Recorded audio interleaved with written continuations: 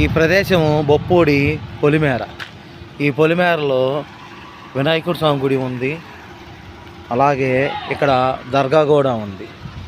So ఇటు వెళ్తే పొలాలకు వెళ్ళే దారి వస్తుంది. ఇప్పుడు బైపాస్ కొత్తగా కట్టారు. అది ఈ దారిని 2 భాగాలుగా చేస్తుంది. అండ్ ఈ ట్రక్ వస్తున్న దారిలోకి వెళ్తే క్వారీ ఉంటుంది. ఆ కనిపించే కొండని క్వారీ వాళ్ళు పగలగొట్టి రాళ్ళు చేసి ఈ ట్రక్కుల ద్వారా రోడ్లు కడుతున్నారు. సో ఇక్కడ చాలా చెట్లు, నీడ అంతా బాగుంటుంది.